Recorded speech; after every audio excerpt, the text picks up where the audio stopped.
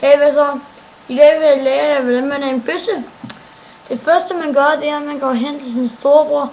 Så siger man, hej, må jeg kysse dig på ballen? Ja, og hvis man stadig gerne vil være lidt mere bøsse, så kan man bare lige gå hen og gøre noget mere ud af det.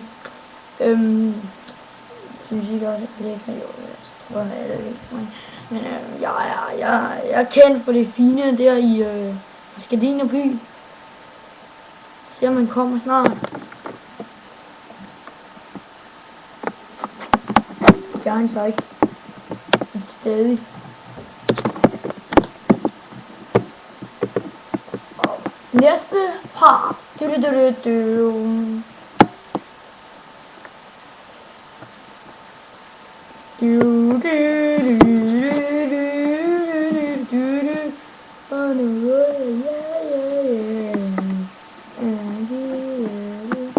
Jo, tilbage til par 2. Jo!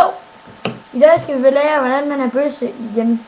Nå, men I kan også bare gøre det på jeres far, eller en eller anden dreng, I kender. Det var super.